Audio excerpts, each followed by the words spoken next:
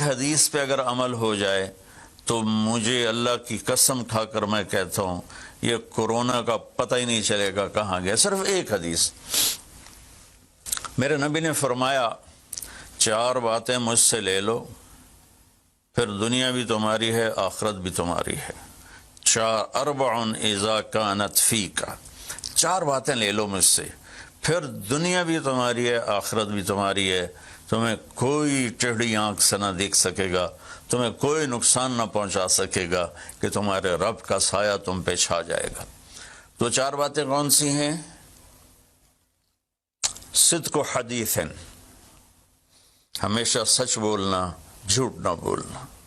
اب مجھے بتائیں، سارے یہ اینکرز بیٹھے ہیں، سارے ہمارے وزیر اعظم بیٹھے ہوئے ہیں، ہم کتنا جھوٹ بول رہے ہیں، ہم کس قدر جھوٹی قوم ہیں. ہم اس جھوٹ کے ساتھ اللہ کی بارگاہ میں کوئی مقام نہیں لے سکتے.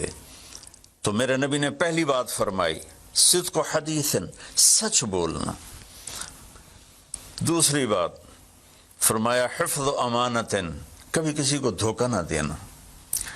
یہ میرے نبی نے فرمایا میرا امتی ہر گناہ کر سکتا ہے، 2 کبھی نہیں کرے گا، ایک جھوٹ کبھی نہیں بولے گا، ایک دھوکہ کبھی نہیں دے گا.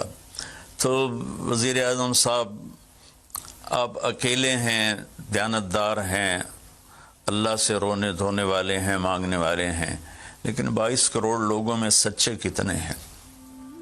22 کروڑ لوگوں میں دیانتدار کتنے ہیں؟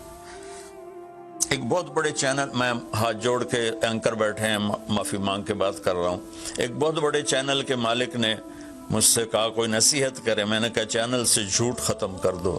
کہا پھر چینل ختم ہو سکتا ہے، جھوٹ نہیں ختم ہو سکتا. تو جہاں جس کو، یہ صرف پاکستان کی بات نہیں، پوری دنیا کا میڈیا جھوٹا ہے اور سب سے زیادہ جھوٹ بولا جاتا ہے. اور میرے رب کو، میرے نبی کو جھوٹ سے نفرت ہے. میرے نبی نے فرمایا پیاز کھا کے مسجد میں مت آؤ کہ فرشتوں کو تکلیف ہوتی ہے، بو ہوتی ہے. لیکن میرے نبی نے فرمایا جب کوئی مرد عورت جھوٹ بولتا ہے تو فرشتے اس کے منہ کی بدبو سے 3 میل دور بھاگ جاتے. تو جھوٹ اور خیانت کے ساتھ ہم کسی آفت کا مقابلہ نہیں کر سکتے. آپ نے فرمایا صدق و حدیث، حفظ و امانت، سچ بولنا چاہے جان چلی جائے، اور دھوکہ نہ دینا. مسلمان کسی کو دھوکہ نہیں دیتا ہے. تیسرا فرمایا حسن و خلیقت، اپنے اخلاق اچھے کرنا، اور اخلاق کا سب سے اونچا مقام حیا ہے. اب میں کیسے بات کروں؟ میرے دیش میں حیا کو کس نے تار تار کیا؟ میرے دیش کی بیٹیوں کو کون نچا رہا ہے؟ ان کے کپڑے لباس مختصر کون کروا رہا ہے؟ یہ کس کے گردن میں یہ گناہ ڈالوں؟ میں مجرم ہوں، میں نے اپنی قوم کو نہیں سمجھایا، میں اللہ سے معافی مانگتا ہوں. لیکن جب مسلمان کی بیٹی بے حیائی کی طرف چل پڑے اور نوجوان بے حیائی کی طرف چل پڑے تو اللہ کی رحمت. سب سے زیادہ عذاب قوم لوط پر آیا کہ وہ بے حیائی میں ساری باؤنڈریز کراس کر گئے تھے. تو اللہ تعالیٰ نے ان پر 5 عذاب بھیجے. 5، کسی قوم پہ 5 عذاب نہیں آئے، ایک ہی عذاب آتا تھا، ان پر 5 عذاب آئے. تو تیسری بات میرے نبی نے فرمائی ہے کہ حیا والے بنو، حیا والے بنو. لیکن میری نسل ہے، مجھ سے خان صاحب نے بات کی تھی پہلی دفعہ کہ میں چاہتا ہوں کہ میری یوتھ اللہ کے نبی کے ساتھ جڑے، چونکہ جو ہمارے کالج ہیں، ہماری یونیورسٹیز ہیں، ہمارے خاص طور پر جو یہ پرائیویٹ سکولز ہیں، یہ امت کو، نوجوانوں کو اللہ رسول سے کاٹ رہے ہیں. تو اللہ تعالیٰ یہ پہلا شخص ہے جس کے لیے میرے دل سے دعا نکلی جب اس نے کہا کہ میں نے آپ کو اس لیے بلایا ہے کہ میری قوم اپنے نبی کے ساتھ کیسے جڑ جائے. میں کیا بتاؤں، جب تک اس بے حیائی کو نہیں ہم روکتے، اور کوئی روک نہیں سکتا ہے، اندر سے نیت نہ ہو. سرنڈو ماڈل سکول میں میں نے میٹرک کیا ہے. ہمارے ایک وارڈن، میں ہاسٹل میں رہتا تھا، وہ آ گئے، نمازی تھے، انہوں نے نماز کی سختی کر دی. ہم بے وضو جا کے کھڑے ہو کر نماز پڑھ لیتے تھے. بے وضو، کیونکہ ڈنڈا انسان کو انسان نہیں بناتا ہے جب تک انسان اپنے من میں ڈوب کر پا جا سراغ زندگی۔ تو اگر میرا نہیں بنتا نہ بن، اپنا تو بن۔ یہ تو اپنے اندر دل دریا سمندروں ڈوگے کون دلاں دیاں جانے ہو، وچے بیڑے وچے جھیڑے وچے ونج مہانے ہو۔ میری قوم جھوٹ چھوڑ دے، میری قوم بددیانتی چھوڑ دے، میری قوم بے حیائی چھوڑ دے۔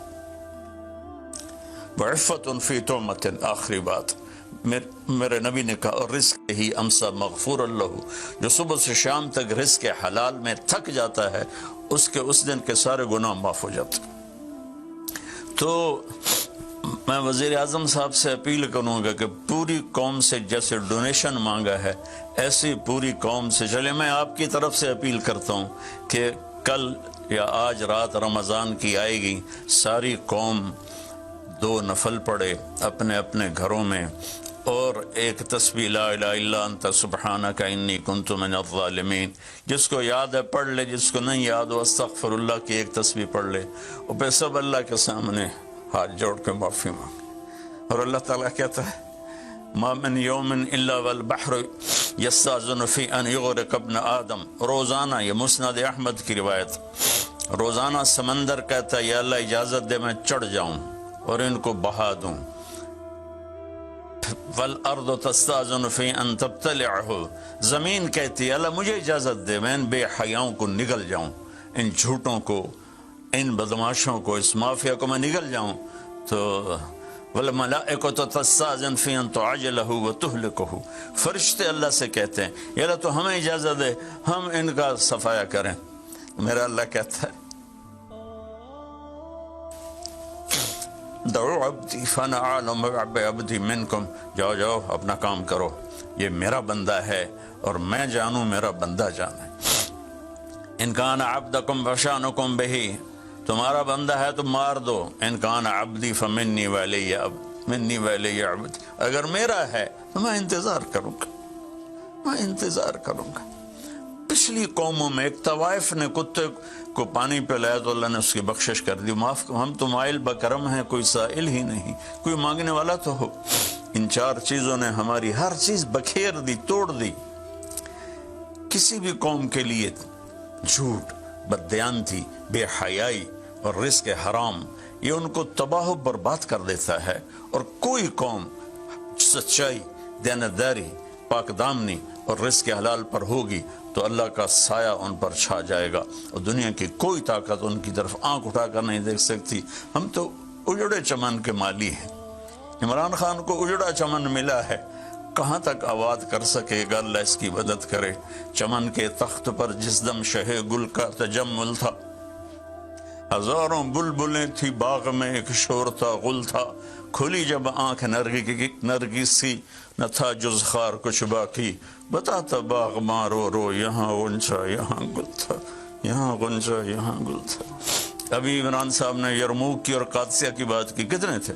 30,000 تھے خالد ابن ولید کے کمانڈ میں، اور سامنے باہان جو تھا وہ 3 لاکھ کا لشکر لے کر آیا ہوا تھا، اور قادسیہ کے میدان میں بھی 30,000 صحابہ تھے، اور ادھر سے جو رستم تھا وہ 3 لاکھ کا لشکر لے کر آیا ہوا تھا، ان کے ساتھ اللہ تھا۔ ہم اللہ کو ساتھ لیں، سارے اسباب اختیار کریں۔ مالداروں سے کہتا ہوں، میں نے اپنا کلپ الگ ریکارڈ کرا ہے کہ اس سال ساری زکوٰۃ ان غریبوں میں تقسیم کریں۔ آپ تک تو ہر آدمی نہیں پہنچ سکے گا، اپنے اپنے علاقے میں جو مالدار لوگ ہیں وہ اپنی زکوٰۃ غریبوں میں ان میں تقسیم کریں، ان کے گھر جا کر دیں۔ کسی ایک کی دعا لگ گئی نا تو 7 نسلیں ہماری آباد ہو جائیں گی۔ تو بس میں معافی چاہتا ہوں، آپ نے مجھے کافی دیر بٹھایا تو میں نے بھی تھوڑا سا آپ کا ٹائم لے لیا، تو آپ درود شریف پڑھیں۔